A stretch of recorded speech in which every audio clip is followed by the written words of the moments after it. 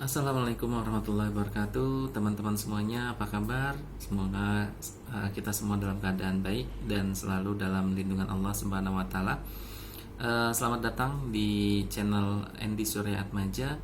Nah, teman-teman, kali ini saya mau sharing pengalaman beberapa hari ini yang kebetulan saya diberi kesempatan oleh Allah Subhanahu wa taala untuk membersamai beberapa teman-teman yang punya usaha yang minta untuk diskusi terkait dengan manajemen keuangan ya.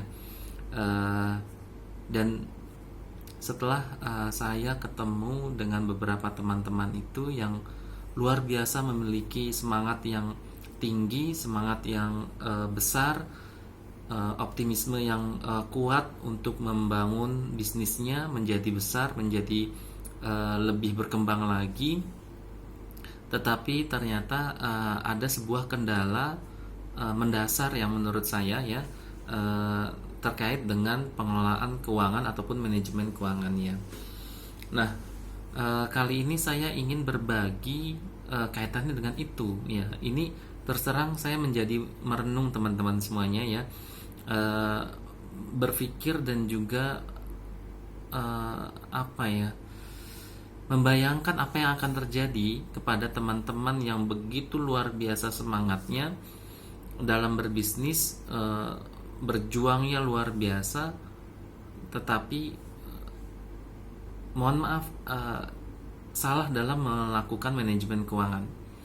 Nah, karena ini menjadi sesuatu yang sangat mendasar, akhirnya saya mencoba untuk berbagi ya melalui video ini, melalui YouTube ini, untuk menjadi sedikit sharing ataupun pembelajaran bagi teman-teman pebisnis, baik itu UMKM ataupun startup atau pebisnis yang sudah cukup baik, sudah cukup berkembang, tetapi ternyata masih mempunyai sebuah permasalahan mendasar, yaitu tidak memiliki sebuah pencatatan ataupun manajemen keuangan yang baik.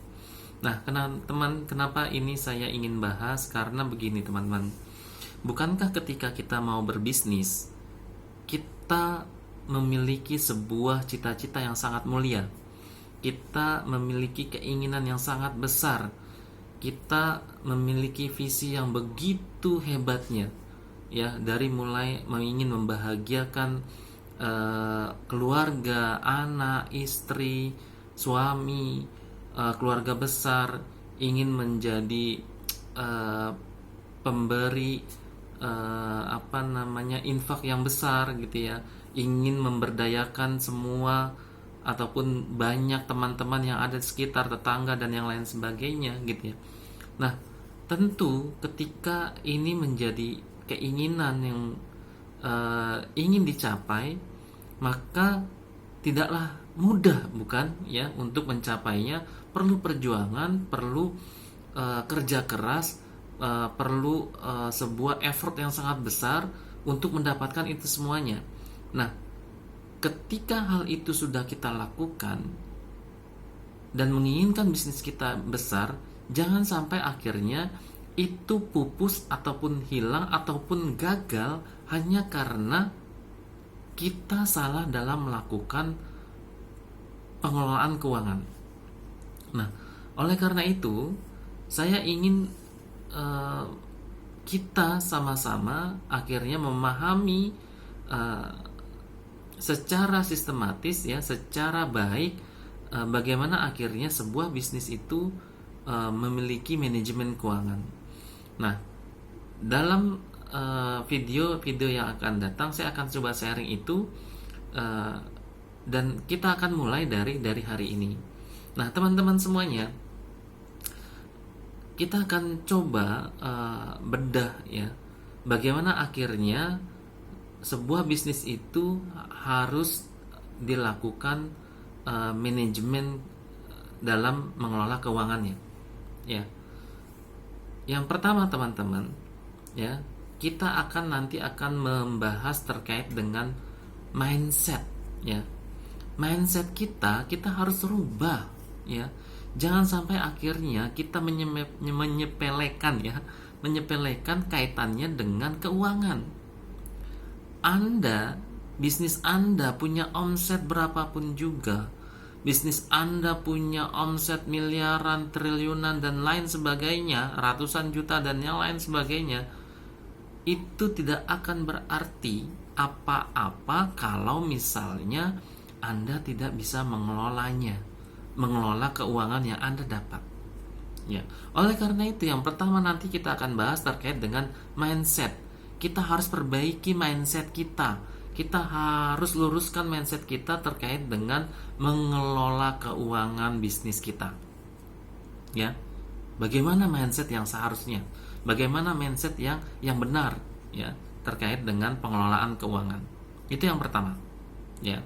Nah, setelah mindset kita betul, teman-teman, yang kedua, ya, nanti kita akan coba bahas, ya, bagaimana kita memahami, bagaimana kita mengetahui, dan bagaimana kita disiplin dalam membuat sebuah pencatatan bermula dari asal modal kita, asal usaha kita, ya, permodalannya, uangnya itu dari mana, ya. Kalau dalam keuangan, dalam pencatatan, ya, accounting, itu dinamakan neraca. Anda itu bisnis itu pastikan ada sesuatu yang dikeluarkan terlebih dahulu, modal, ya kan. Kita harus memahami, ya, bahwa uang yang kita keluarkan, yang dari awal kita simpan dan kita peruntukkan untuk modal itu untuk digunakan untuk apa saja, ya. Itu dicatat sehingga kita tahu, uang kita tuh untuk apa, dan itu menjadi sebuah modal kita, ya. Kalau misalnya kita harus membeli sebuah persediaan atau produk, itu ada di dalam persediaan, jadi uang kita itu masuknya dalam persediaan, ya kan. Lalu kalau misalnya ternyata itu bukan dari uang kita, tetapi kita diberikan pinjaman oleh orang lain, maka itu menjadi sebuah hutang yang harus kita ingat, kita catat, dan akan kita lunasi nantinya, ya kan.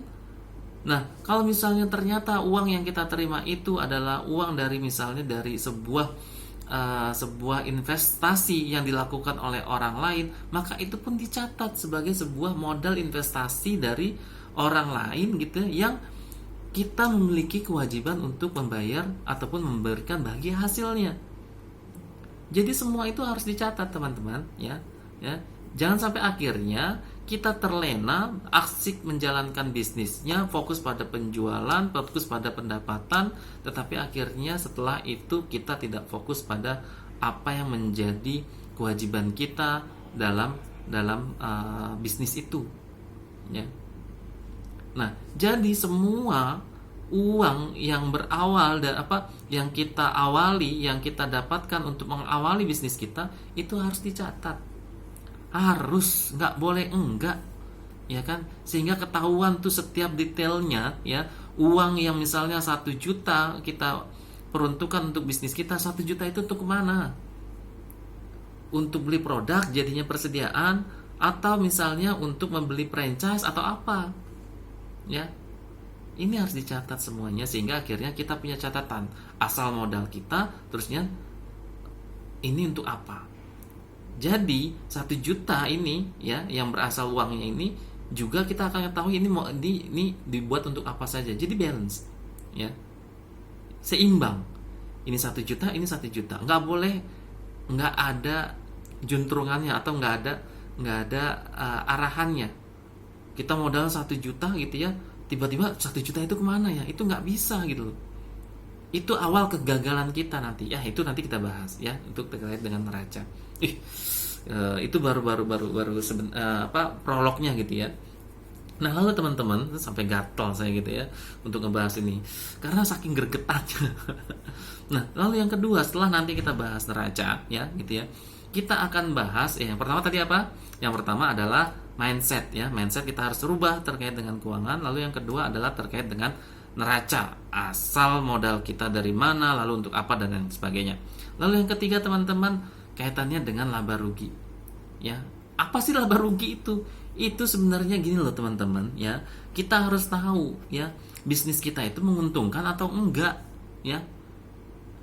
Bisnis kita itu punya target atau enggak ya. Bisnis kita pendapatannya berapa, biayanya berapa, punya untung apa enggak. Bisnis kita ya, kalau misalnya itu ada HPP-nya, ada diskonnya atau ada biaya-biaya yang harus dikeluarkan atau enggak. Nah, itu semuanya harus dicatat. Jadi laba rugi itu bisa menggambarkan bagaimana bisnis kita ya, apakah menguntungkan atau tidak. Itu perlu kita catat. Jangan sampai akhirnya kita fokus penjualan, omset besar, uangnya banyak, tiba-tiba kita nggak tahu bahwa biaya-biayanya ternyata besar, atau kita nggak tahu ternyata HPP-nya ternyata besar. Kita melihat uang kita besar, tapi ternyata HPP-nya besar, biayanya besar, marginnya cuma sedikit sebenarnya. Belum kelihatan, nanti ketika uangnya sudah mulai tidak ada, akhirnya kita baru tahu. Ini bahaya banget teman-teman ya. Makanya akhirnya harus tahu, harus benar-benar perfect ya. Kita mencatat untuk mengetahui bisnis kita menguntungkan atau tidak. Nah, itu adanya di laba rugi. Laba rugi itu ada apa aja? Pendapatan atau penjualan nanti gitu ya. Terusnya ada kalau misalnya ada diskon, potongan dan yang lain sebagainya. Terusnya ada HPP ya, harga pokoknya gitu ya. Ini banyak di permasalahan di HPP nih. Bisnis kita ya, teman-teman ini banyak yang salah akhirnya memahami apa yang disebut dengan HPP, harga pokok ya. Jadi merasa belinya harga sekian, dikira itu adalah HPP-nya, padahal masih banyak biaya-biaya yang mempengaruhi yang harusnya masuk dalam HPP ya. Jadi yang harusnya katanya yang dikiranya untung, ternyata sebenarnya nggak untung ya. Itu laba rugi, nanti kita bahas juga gitu ya. Nah, lalu yang ketiga adalah yang keempat ya, tadi mindset, neraca, laba rugi. Terus yang keempat apa? Yang keempat adalah cash flow teman-teman ya. Wah, saya omset luar biasa, keren ya kan, bisnis saya keren, omsetnya bla bla bla bla, melampaui target ya, tapi kok nggak ada uangnya. Bingung ketika akhirnya mau beli persediaan, mau menambah stok gitu ya, ketika akhirnya harus melakukan mengeluarkan biaya, kok nggak ada uangnya, kemana, kita nggak tahu, kita nggak paham ya. Bahkan mungkin ada yang masuk ke dalam pribadi ya, kantong bisnis sama kantong pribadi sama gitu ya. Kalau butuh pribadi keluarkannya di situ, butuh untuk bisnis keluarannya mengeluarkannya dari situ juga. Fatal ya. Jangan sampai akhirnya kita melakukan seperti itu ya. Kita harus tahu alur keuangan kita, mulai dari pendapatan ya sampai dengan pengeluaran itu ya, alurnya tuh kita harus tahu gitu, putarannya tuh kita harus tahu, harus pahami gitu, sehingga akhirnya kita benar-benar memahami dan juga mengetahui setiap detail dari bisnis kita. Nah, jadi teman-teman ya, ini ada 4 ya sekarang. Mindset kita rubah ya, harus kita rubah terkait dengan pengelolaan keuangan. Lalu neracanya kita harus pahami, modal kita ataupun awal bisnis kita dimulai dari mana. Lalu laba rugi juga kita harus pahami. Kita harus tahu apakah usaha kita, bisnis kita menguntungkan atau tidak sebenarnya ya. Lalu yang keempat, kita harus mengetahui sebenarnya kemana uang, alurnya bagaimana ya, dan harus menjaganya seperti apa. Karena kalau misalnya kita sudah tahu alurnya, kita akan tahu bagaimana menjaganya. Kita harus tahu ketika kita tahu alurnya, kita bisa membatasi, kita bisa membuat bendungan-bendungan keuangan ya gitu ya, supaya akhirnya keuangan itu tidak kemana-mana. Nah, teman-teman ya, ini yang nanti kita akan coba bahas ya. Masih banyak lagi sebenarnya ya terkait dengan manajemen keuangan ini ya. Bagaimana kaitannya kita harus memulai, nanti kita akan belajar juga terkait dengan budgeting ya. Terusnya ketika ingin memulai sebuah usaha, kita apa yang harus kita lakukan. Biasanya saya punya forecasting ya, bisnis ini bagaimana prospeknya, kita buat simulasinya, kita buat sebuah forecastnya ke depan, bahkan kalau perlu misalnya 3 tahun, 4 tahun, 5 tahun ke depan seperti apa. sehingga akhirnya kita tahu ya ini prospeknya bagaimana, dan kita bisa lakukan pengkajian dari situ. Nah, inilah kenapa teman-teman, saya akan mencoba untuk berbagi ya, mudah-mudahan ini bisa bermanfaat sekali lagi. Dan saya bukan bermaksud untuk mengajari atau bagaimana, tetapi ini muncul dari rasa sedih saya gitu ya, ketika akhirnya melihat banyak teman-teman yang pebisnis ya, teman-teman saya dan juga kita semuanya mungkin yang sekeliling, yang begitu luar biasanya semangat dalam berbisnis, memiliki mimpi yang besar, tetapi ada sebuah permasalahan di manajemen keuangan. Nah, kita mau bisnis kita kita jalankan dengan baik, memiliki hasil yang baik, dan juga akhirnya kita mengetahuinya dengan baik dengan cara memahami pengelolaan keuangan. Ya, itu untuk hari ini ya. Nanti kita akan coba bahas satu persatu. Oke? Nah, yang mau ikutan silakan pencet tombol like-nya gitu ya. Terusnya kalau ada yang mau juga ditanyakan silakan di komen ya. Mungkin ada yang ini didiskusikan, silakan saja, akan menjadi materi mungkin selanjutnya untuk kita bahas gitu ya, terkait dengan keuangan gitu ya. Terusnya kalau misalnya mau mengetahui mungkin video-video selanjutnya ya subscribe ya. Itu saja. Terima kasih. Assalamualaikum warahmatullahi wabarakatuh.